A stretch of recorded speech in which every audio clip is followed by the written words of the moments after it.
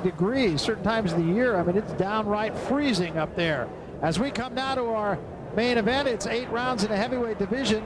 Malcolm Tann, the up-and-comer, and Cliff Couser, who hopes to be the spoiler here tonight. That's the way this one shapes up. Couser, very confident fighter. He has done this before, and here he is, the G unit, whatever that may mean. I'm not quite sure, Rich. I know you have the answer to that question. No, I really don't. But I'm sure it's very significant. But he's been, you know, this guy has just seemed on the edge of depression or anger or whatever, you know. He's had some emotion going today, so I want to see how he takes that into the ring here tonight. Yeah, when we spoke with him today, you're right. I mean, he went through the gamut of emotion. Exactly. He came in sort of sullen and kind of sleepy even, and went out positively jovial. Yeah, the only time he really got happy about everything, it seemed like, was when he started talking about he and Mike Tyson, whom he claims as a half-brother, kind of sniping at each other and getting in arguments with each other. No, that's right. He thought that was quite funny. Here's Malcolm Tann, Grandpa's hat, which he will always bring into the ring as long as he is a professional fighter. He, too, very confident. He's looking forward to stepping up in class, which he clearly is tonight. Yeah, and he says don't read anything into that hat other than it's just Grandpa's hat. Right, and that's why you'll see it in every one of his fights. Comes from the small town of Seaboard, North Carolina, about 1,200 people in that town, and he's the local hero, to be sure. So, too, is his little brother, even though he's not a fighter. There will be an inordinate difference in size between these two, and extremely unusual, as you'll see when they get lined up. But Cliff Couser's accustomed to it. Yeah, he's been there before against big guys, and he's chopped him down to size. With more on this one, here's Sean O'Grady. It's an interesting fight, isn't it, Sean? Very fight. Extremely interesting tonight. Malcolm Tann looks like he has it all. He's big, he's strong, he's got good punches. He really looks like a force in this division. What he doesn't have, what he lacks, is what Cliff Couser has, and that is experience. Cliff Couser's been in there with some big names in his division. Also, Cliff Couser has been able to pull off some big wins over tall foes. He can fight on the inside with fighters that are taller than he. This should be very interesting because of that reason. Tann needs the experience. The showstopper, Malcolm Tann, does not want his show stopped. No, he wants to keep rolling, and he's in there against a very confident fighter who I have no doubt will be right in his face as early as possible. Let's take a look at the numbers in this one. The tail of the tape brought to you by Just for Men Hair Color. Just for Men, it's more than a hair color. It's the Rejuvenator, and you can see the experience edge clearly on the side of Cliff Couser. Malcolm Tann in only his 8th professional fight, and there's the height difference that Rich spoke of. Big age difference also. Couser running out of time.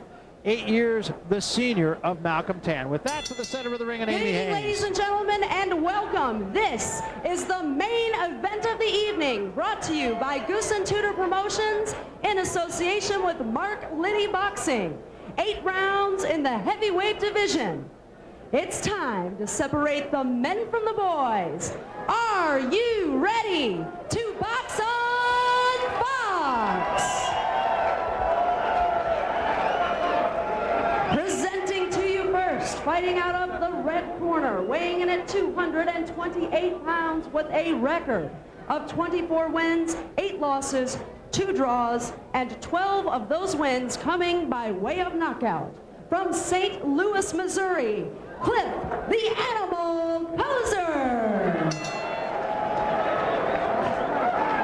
And going across the ring, standing in the blue corner, weighing in at 224 pounds, he is undefeated with a record of 7 wins, 0 losses, 4 of those wins coming by way of knockout. He is the 2002 National Golden Gloves champion and veteran of Operation Enduring Freedom. Ladies and gentlemen, the showstopper, Malcolm Tann. And your referee in charge of the action, James Jenkin.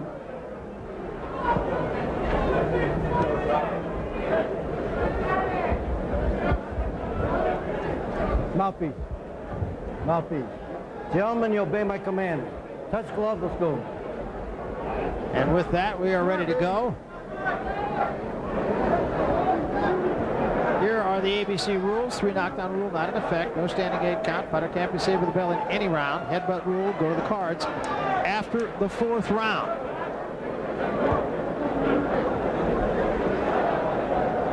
Couser, I believe, at one point was called the Bull rather than his current nickname, the Animal. He's becoming more generic. And of course, also was Twin Tyson. Says he'll use more of the peekaboo style tonight of his old style defense. Yeah, he said, I'm not going to be Joe Frazier anymore. I'm tired of getting hit on the top of the head. He said he doesn't want to get hit on the back of the head especially. He's really angry about taller fighters pulling his head down, hitting him on the back of the head. He said if anybody does that anymore to him, he's going to just take matters into his own hand. Anything can happen. So we'll look for that. There's a good left hand by Couser, and Tann escapes. Couser not quite as aggressive earlier as we've seen him before. But now he's beginning to come. With that right hand, I don't think it really got there, although Tann got tangled up a little bit. Tann, on the other hand, being very patient but not throwing too many punches. Let him go, let him go. Cliff had success against 6'7" Jorge Luis Gonzalez. Knocked him out early.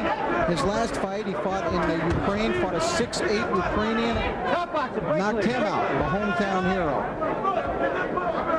So he's accustomed to being in this kind of situation, Dave. Now that said, he also fought Lance Whitaker, and he himself was stopped by Whitaker and stopped, as he said, by those blows on the back of the head. So he did have some early success against Whitaker in that fight, but then Lance's overall abilities and talent took over. Couser missing with a follow-up left that could have been big stuff for him.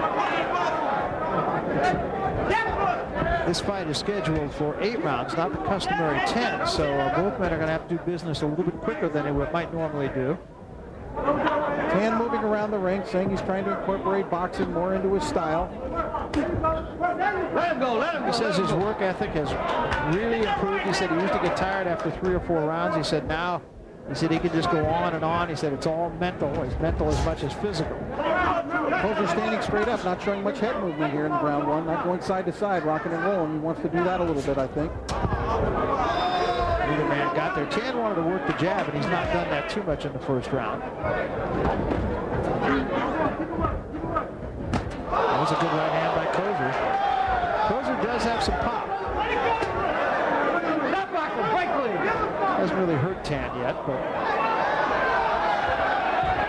Tann just pushed Couser away, showing he's got some strength.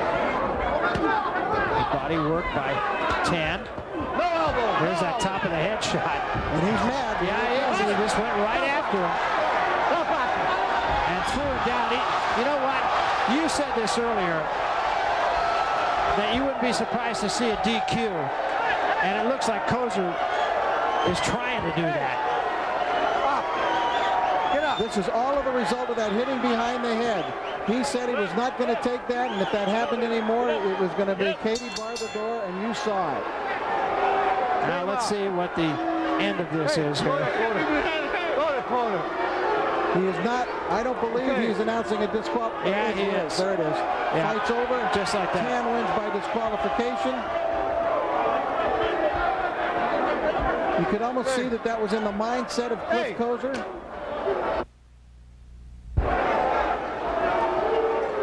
Fans are angry. Yeah, they should be.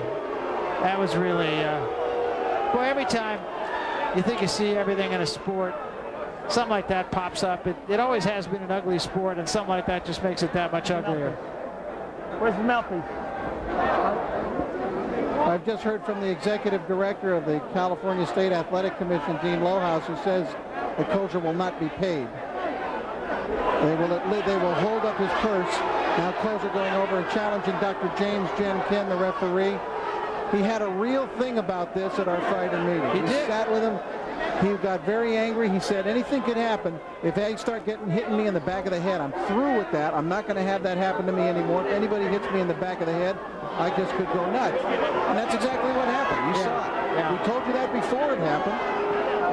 You know, but knowing that, I mean, and having talked about that, you would have to think that he wouldn't go ahead and do that. I mean, that's just plain stupid.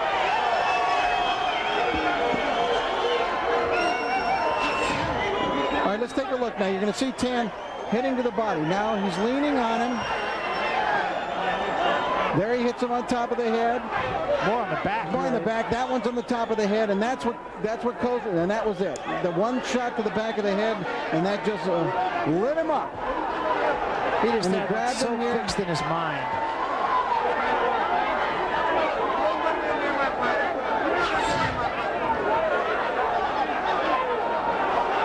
And we got real trouble. We got real trouble up in the ring. They're trying to keep Couser under control there. Sean O'Grady's up in the ring. Sean, what's going on up there? In his situation. Couser's trying to explain his situation.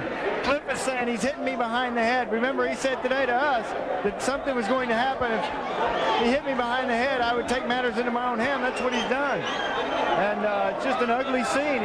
The security guards have him surrounded. The promoter is in the ring with him. It's just an ugly scene, guys. Yeah, it really is. And just not a smart thing to do. I mean, it is